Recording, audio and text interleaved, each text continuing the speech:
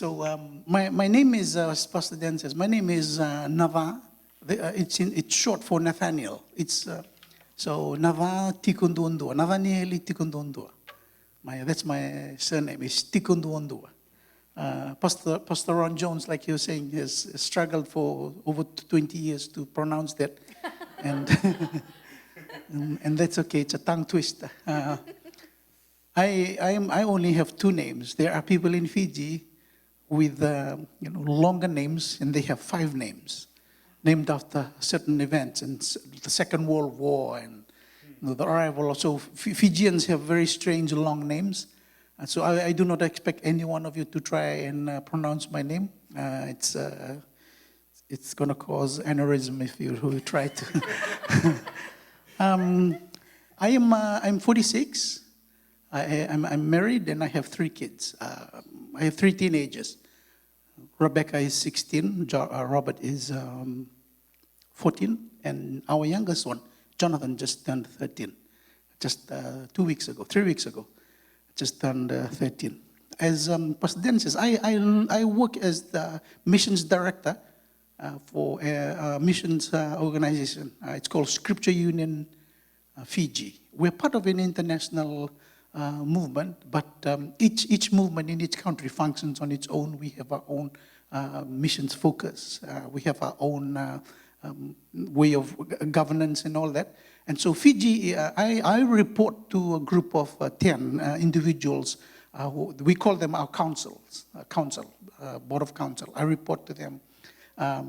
But I run the missions work in Fiji. We've been doing this in Fiji for over 62 years. I've only been in charge of the work for the last 7 years. I've been doing that. It's a student ministry. We go into high schools in Fiji. Fiji, if you don't know, you can look it up. Fiji, the Fiji group is made up of 330 islands. 330 islands in the Fiji group, but only 1/3 of that is occupied. The rest are empty. The birds and the Komodo dragons and the other sea creatures, they own it. We don't go there. So out of those 330 islands, out of the 100 plus islands that are occupied, there's 2 main islands. Our work is concentrated on the 2 main islands. We have a team where I'm from, which is the main island, that's based in we call it the Central Division. And then there is a team that's on the western part of the island, which is 4 hours from the central. And then there is another team that's located on the other island, which is 8 hours by boat. And so we have a team there. As I speak to you, my team presently is preparing for 3 major rallies for high school students. School in Fiji finishes this week. The high school students, the year 12 and 13 students. Those are senior students. The seniors in Fiji finish this week. So because they're finishing this week, my team is organizing 3 rallies in these 3 divisions to host the senior students. What we've done, because of how everything with COVID, how everything has been shut down, we finally have been given the freedom to gather these kids. We usually do that. That's a normal part of we gather students for weekend camps. We gather them for activities and events. But because of COVID, we haven't been able to do that. So this coming week is the first time in 2 years where we've been able to do this. Each of the rallies that we have, we usually average around 1,200 kids that come to the rallies. So I'll miss the first one in the coming week, but I'll be back in Fiji in time for the second one, the second and the third one. And so what happens in this rally is, because the students, senior students, it'll be like our way of graduation. It's a graduation service that we are hosting for these kids, and we'll give them a meal, and we do presentations of certificates with them, and so that's basically part of what we do in the country. My team, I just want to tell you a little bit of story before I sit down. My team, I was telling Pastor Dan, like I said, 500 volunteers, but in the last 2 years, the team has grown. We usually have around 150 to 200 volunteers normally, but because of what has happened, and we've been forced to meet in smaller groups, So our volunteers, which are mostly made up of college kids, they decided they go to the different locations and they start Bible study groups. Or just, it's not even Bible study groups, it's just where they play some sports and have cookies and juice. And so they've started forming these, and then in those, we call them hotspots. And so what happened is these kids started joining this team. They started joining that group, and they become part of our volunteer team. So today, as I speak, we have over 500 volunteers, college kids who have become part of what we do in Fiji. And so going back to my original story, 500 out of that 330 islands, Fiji, our work has been focused on these two main islands. So a few years ago, I told the team, we are not going to stay in this island. This is too good. The kids in this island are enjoying this. On these two islands are enjoying this. We need to take this out to the other islands. So I called my team and I told the team, see, I am going on a mission trip to one of these islands, which is a far island, and I'm going. And if any of you guys want to go with me on this trip, let me know. And so 5 came forward, plus myself, 6. So I told them, okay, here's another thing. Thank you for volunteering to go, but the thing is, you have to pay for your own boat fare to go, because I don't have any money to pay for your boat fare. So it's $45 one way to go to that island. So, all right. So they raised their funds. We managed to collect all the boat fares for the 6 of us. So I went that morning to pay for our boat fare. We were leaving, the boat was scheduled to leave at 6 p.m. that evening. So paid for the boat fare, came back and I sent a message to the council, the people that I report to. Sent them messages, okay, this is what's happening. Myself and the team, we're going, and we would like to let you know that that's what we're doing on a mission trip. We believe that this is a great time. This is God's time for us to go. And so I got a message back, and I was asked a few questions. The first question they asked is, okay, how much money, what's your budget for the trip? I said, no, there is no budget because we don't have the money. We got a boat fare. And the guy said, okay, what's the program for the week? I said, got no program for the week because we don't know anybody on that island. We've never been there. And the guy said, then who's your contact person on the island? I said, like I said, we don't know anybody on that island. We're just going. And the guy said, no, you can't do that. You can't just take a team to a place where you don't know, with no program and no money. And I said to him, okay, all right, but can I go?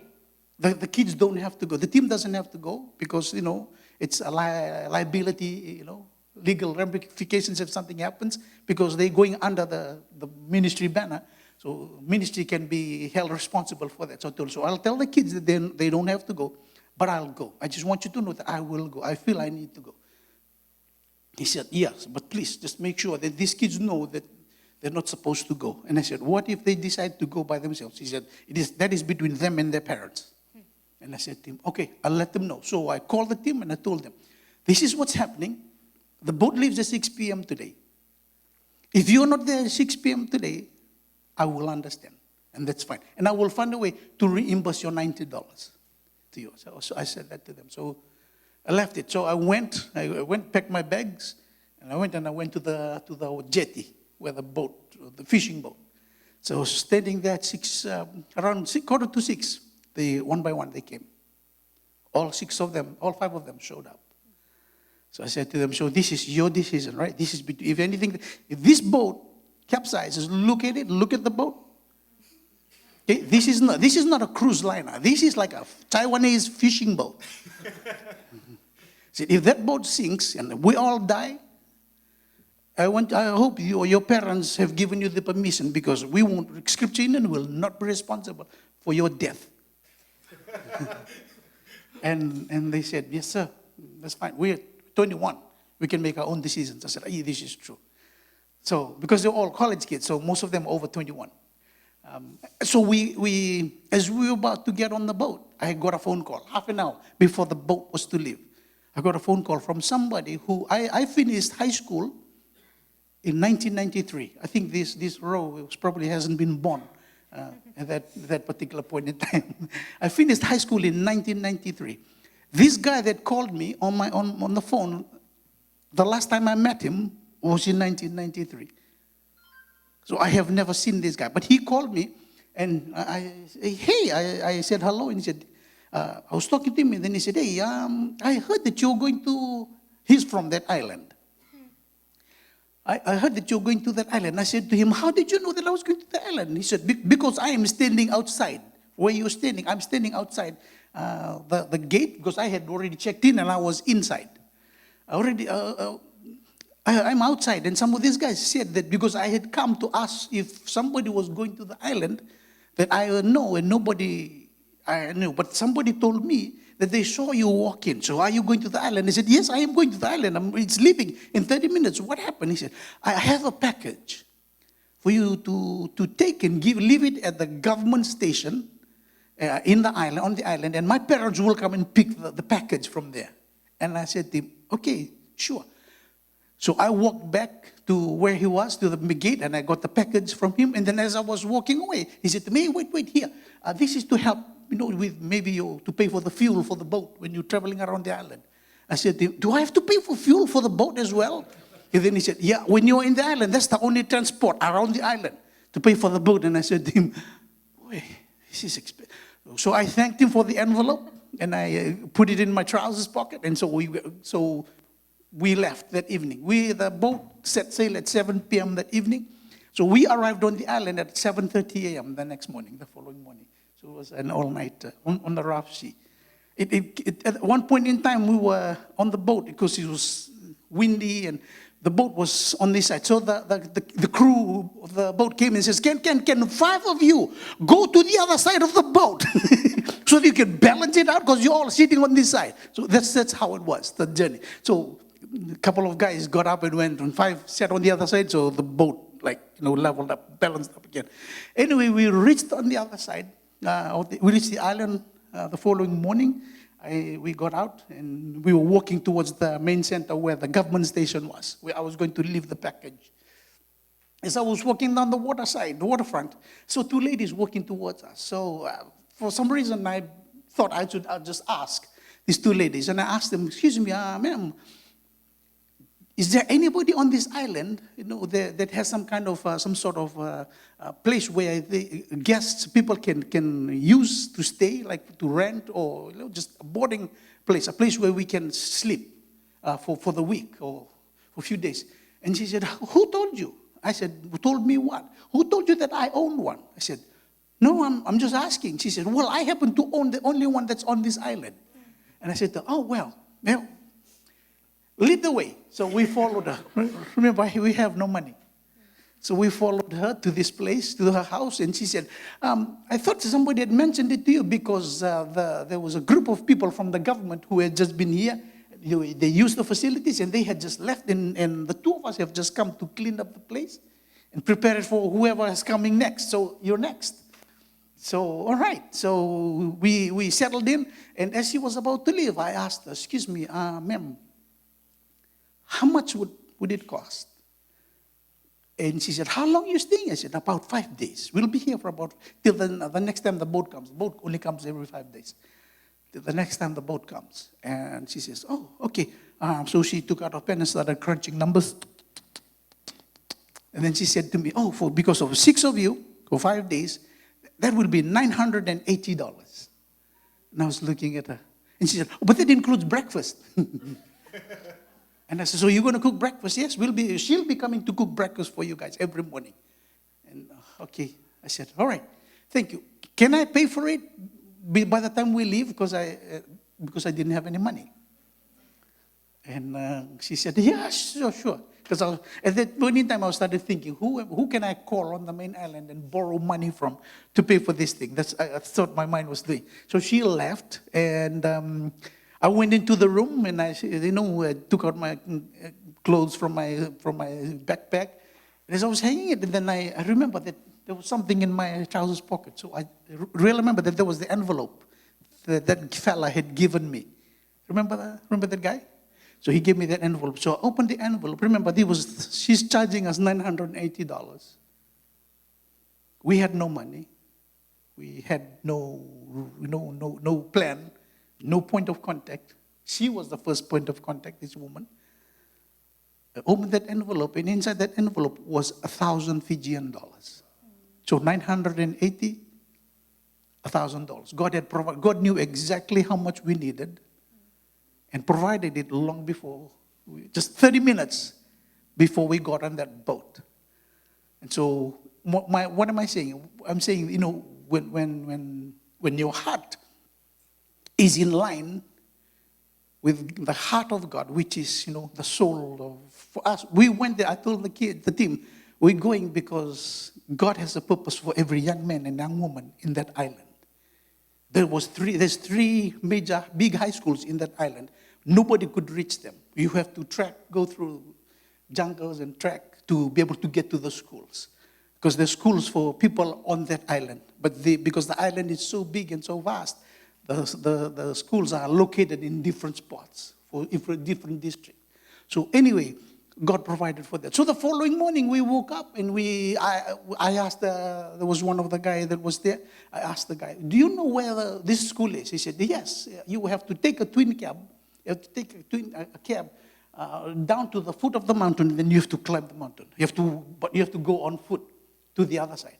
So we went and we got into this twin cab, and we climbed up walked up this dirt track for about half an hour to the top of the hill, and then we had to walk down another half an hour down into the seaside where the school was located.